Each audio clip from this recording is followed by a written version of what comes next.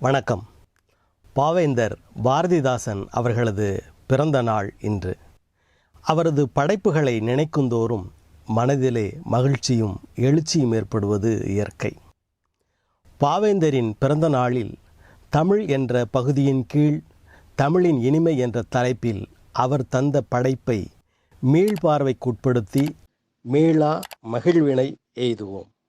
தமிழின் இனிமை.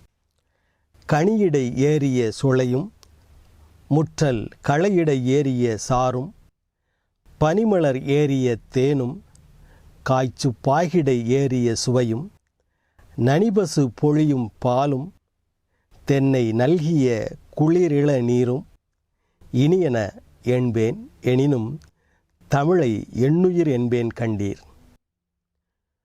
பொழிலிடை வண்டின் ஒலியும் ஓடை புனலிடை வாய்க்கும் கலியும் குழலிடை வாய்க்கும் இசையும் வீணை கொட்டிடும் அமுத பண்ணும் குளவிகள் மழலை பேச்சும் பெண்கள் கொஞ்சிடும் இதழின் வாய்ப்பும் விளைகுவனேனும் தமிழும் நானும் மெய்யாய் உடல் உயிர் கண்டீர்.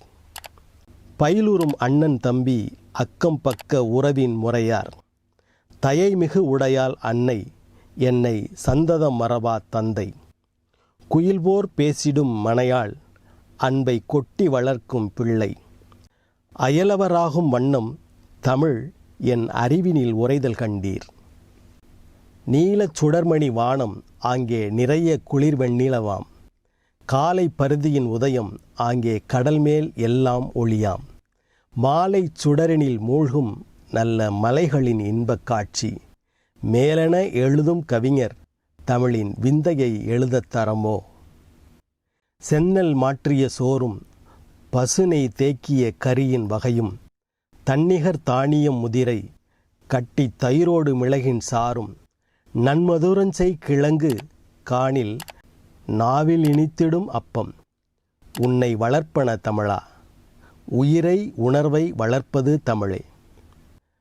பாவேந்தரின் படைப்பை போற்றுவோம், அவரது வாழ்வை போற்றுவோம். நன்றி, வணக்கம்.